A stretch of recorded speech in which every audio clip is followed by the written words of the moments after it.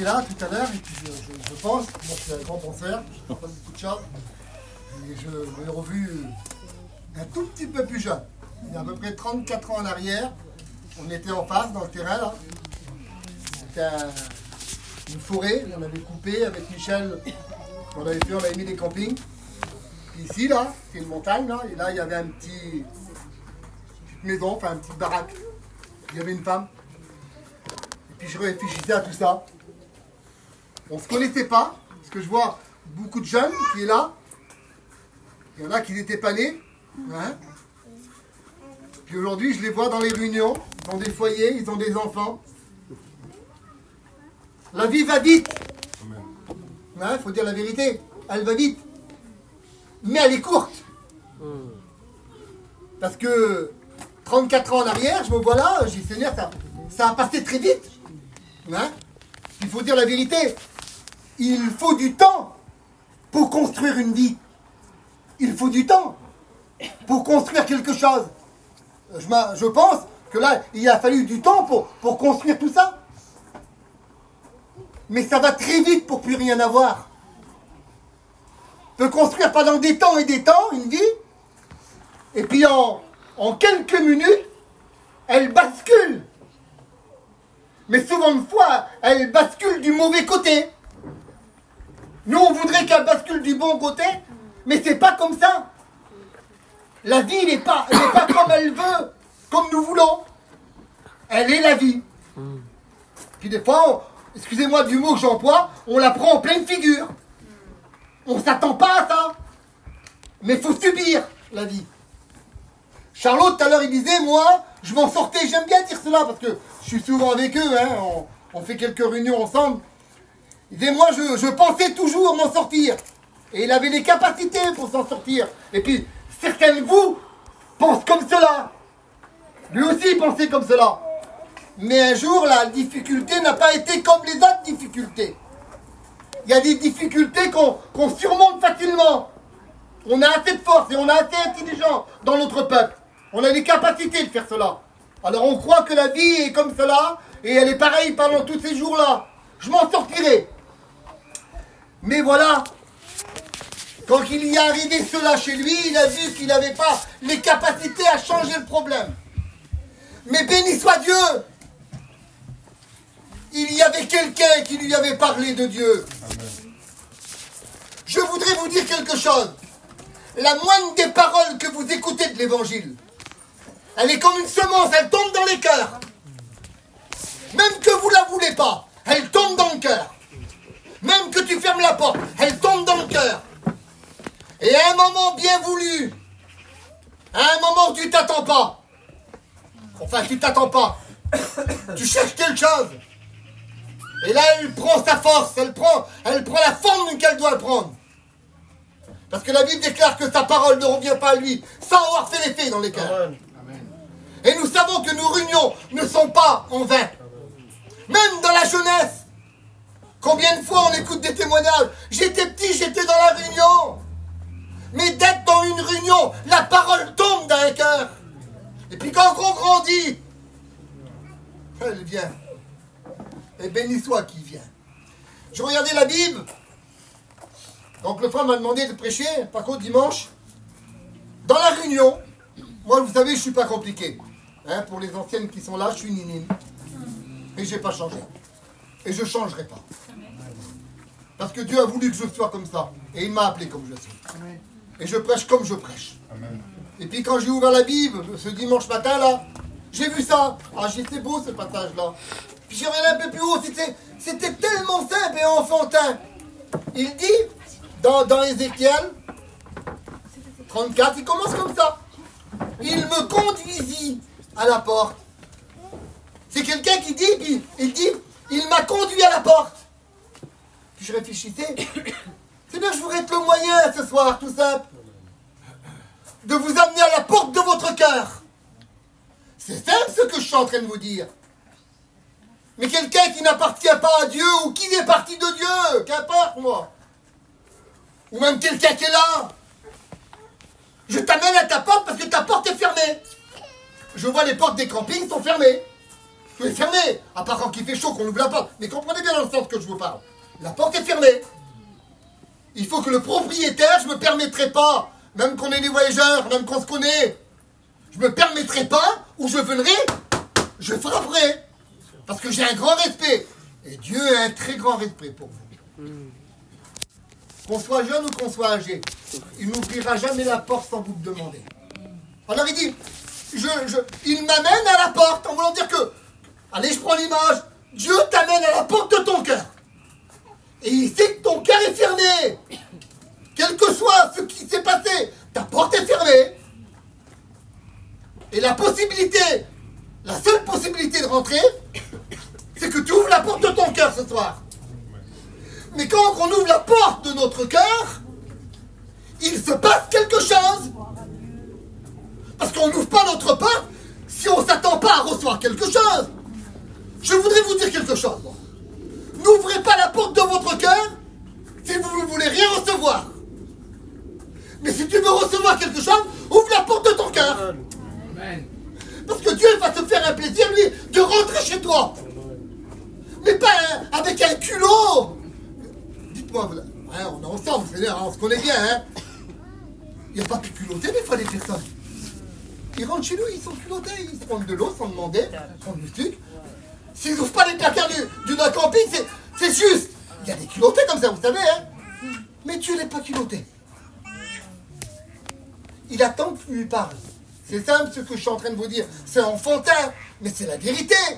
Il s'assied. Vous avez vu quand quelqu'un qui rentre chez vous, admettons, puis qu'il est calme, qu'il n'est pas culotté, qu'il est gentil. Ah ben j'aime bien quand il vient chez moi. Pas vrai? Répondez-moi, c'est là, vous avez peur de parler. C'est vrai, vous aimez ça, hein? Et bien Dieu il est comme ça.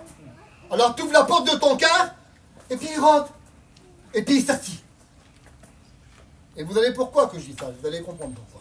Et la Bible déclare dans ce texte-là, il dit, la gloire de l'Éternel entra dans cette maison par la porte.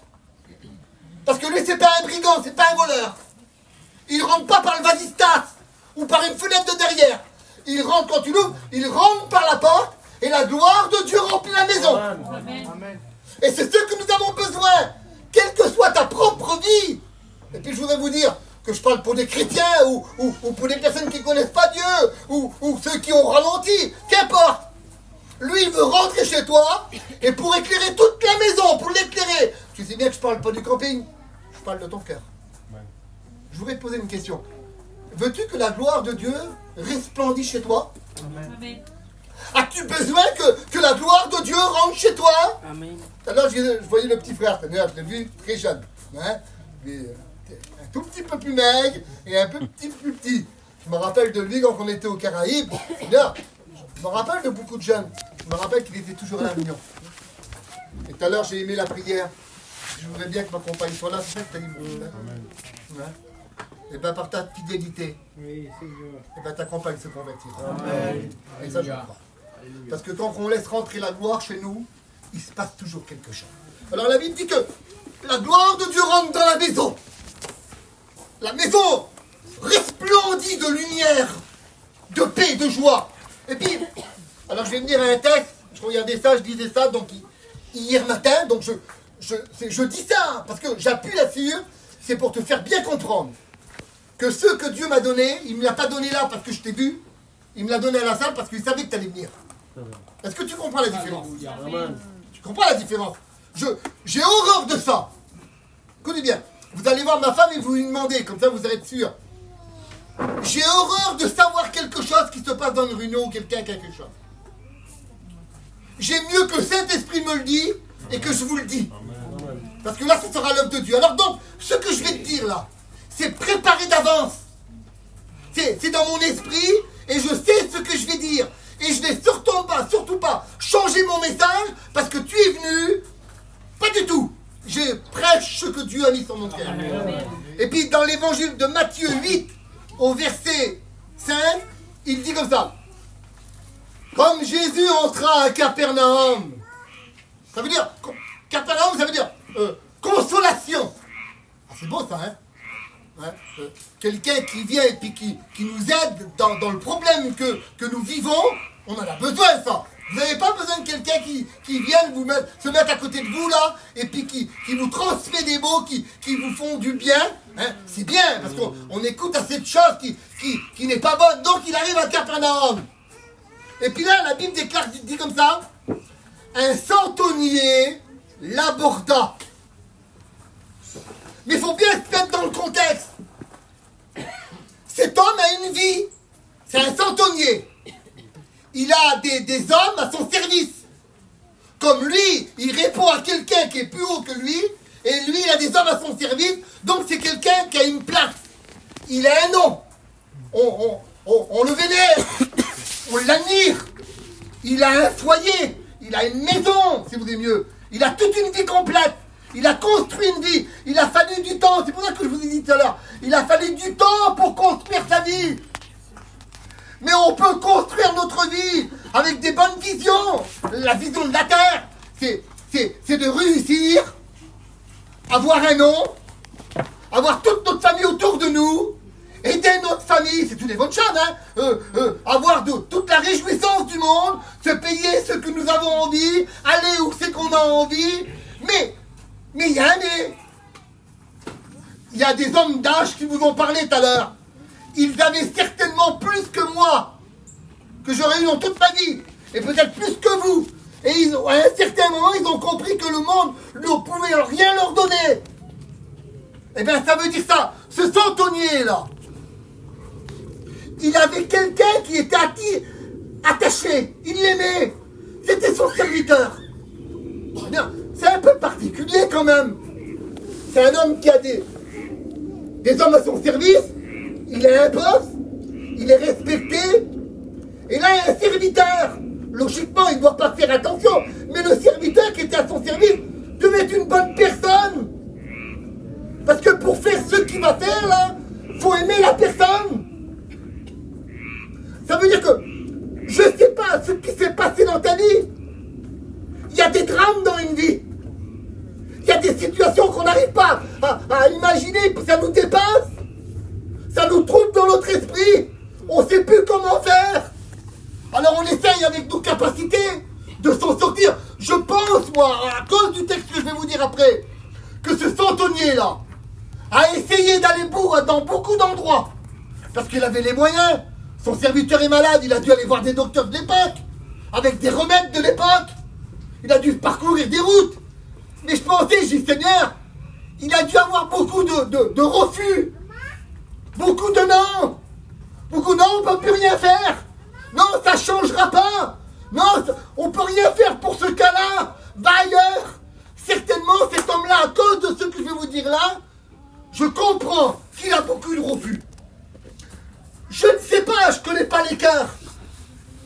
Dans ton souci, dans ton problème que tu as eu, que tu vis, est-ce que tu aurais eu beaucoup de refus? Beaucoup de manques? Beaucoup de rejets, beaucoup de pleurs. T'as pas eu d'aide pour cette situation-là. Alors tu ne sais plus où te tourner, tu te tournes à gauche, tu te tournes à droite, t'as les poches pleines, t'as les moyens, mais il n'y a rien qui change. Parce qu'il y a les solutions, même quand on a les poches pleines, ça ne change pas. Même quand on a de l'abondance dans le camping, ça ne change pas. Même quand on a une belle literie, ça ne change pas, on n'a pas de sommeil, on n'a pas de paix, on est tourmenté parce que la situation nous dépasse. Et cet homme, la situation lui dépassait. Ça va? Amen. Ah, je pose la question parce que là vous êtes comme ça, figé, ça me fait peur. Je le crois de tout mon cœur, ça ne le dit pas, mais je le crois. Que à cette époque-là, des gens venaient vers lui et il osait dire, tu sais, il y a un rabbin. Oh, il y a un homme qui n'a pas trop le physique, si vous voulez mieux. Il n'est pas dans une grande maison. Il n'est pas habillé de soie. Il est dans les rues. Il est au bord d'un puits. Il est dans la synagogue. Mais là où qu'il rentre, il se passe toujours des choses. Parce que ça, c'est le témoignage. On est attiré par des témoignages. Il a dû avoir une réflexion. Réfléchir. Vous savez que c'est bon de réfléchir? C'est bon de rentrer en nous-mêmes et réfléchir sur notre propre vie. Et puis dire, qui pourrait changer va être aujourd'hui. Parce qu'il faut se mettre dans son état à lui. Hein. C'est un centenier. Hein. Il faut quand même qu'il s'abaisse devant un juif. Il faut qu'il va demander à un juif que lui, il est dominé, si vous voulez mieux. Il est commandé. Mais là, il faut qu'il se mette à la hauteur d'un juif et demander de l'aide d'un juif. C'est pas normal. Il faut s'abaisser quand même. Mais lui, devant le problème qu'il est en train de vivre, parce que c'est même pas lui qui le vit, mais ça le touche intimement dans son cœur. Il est en train de souffrir pour son serviteur. Je ne sais pas ce qui est en train de te faire souffrir ou qui te fait du mal. Et lui, il est conscient, là. Il ne regarde pas aux yeux des autres à ce qu'il va faire. Et puis peut-être dans son esprit, il se dit, ah ben, comme j'ai eu beaucoup de refus, ou que personne m'a tendu la main, ou personne m'a répondu, parce qu'on se crée une vie comme ça, nous, hein. On se crée une vie des fois. Mais cette vie qu'on est en train de créer, là, nous éloigne de Dieu. Et lui, il est en train de réfléchir, là. Tous les refus que j'ai eus, et les non, et les non, et les non, lui, quand je vais venir le trouver, en tant que Romain, il va me dire, bah non, c'est pas possible pour toi. Il s'attendait à ça. Mais Dieu nous surprend quand il parle. Il n'a pas le langage d'un homme, Dieu. Il parle comme un homme, mais son langage va plus profond qu'un homme. Il va au plus profond de ton cœur et il parle à ton âme. Parce que c'est Dieu. Avant qu'une personne venait à lui, il savait ce qu'il allait dire. Il savait comment il allait s'en sortir de son problème. Il connaissait tout. On n'étonnait pas Dieu. On ne le surprenait pas à lui. On peut surprendre un homme en disant quelque chose. Et puis, t'es embarrassé, tu ne peux pas savoir comment répondre. Mais lui, il n'était pas embarrassé. Il savait ce qu'il allait dire. Tu veux savoir ce qu'il allait dire? Alors je vais te dire. Quand ce centenier là vient et il l'aborde, il dit, Seigneur, tu pourrais venir prier ou guérir mon serviteur, mais il s'attend à un non. Parce que la façon qu'il fait, ça l'a surpris. Écoute bien. Quand il l'aborde, Jésus va lui répondre. Il lui dit comme ça, c'est dans le verset 7. Jésus lui dit, j'irai et je le guérirai. Amen. Bien. C'est surprenant, mais il est sûr. Parce que, tu sais pourquoi je te dis ça, qu'il est surpris? Tu sais pourquoi je te dis ça? Parce qu'avant, c'était toujours des noms et des noms et des noms. Et là, quand il arrive, il s'attend que personne ne va lui tendre la main, il s'attend à dire non. Et là, Jésus lui dit, oui, j'irai et je le guérirai. Il est surpris. Parce qu'il comprend qu'il s'attache à lui, qu'il prend part à son besoin. J'irai le guérir.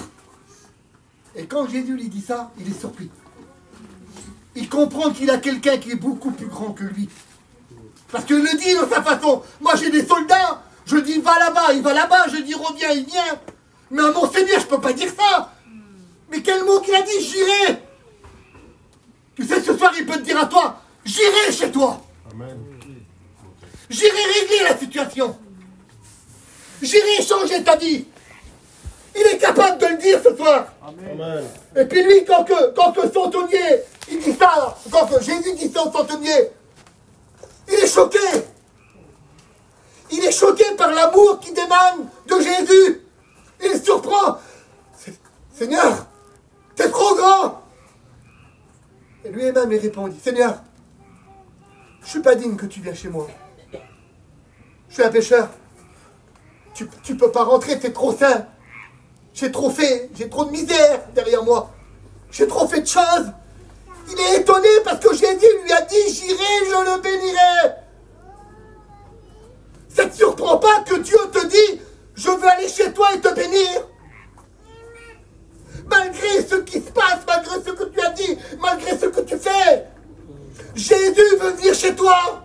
Amen. Amen. Alors lui, il est choqué là. Il comprend qu'il est grand, Dieu. Comprends-tu que Dieu est au-dessus de tout?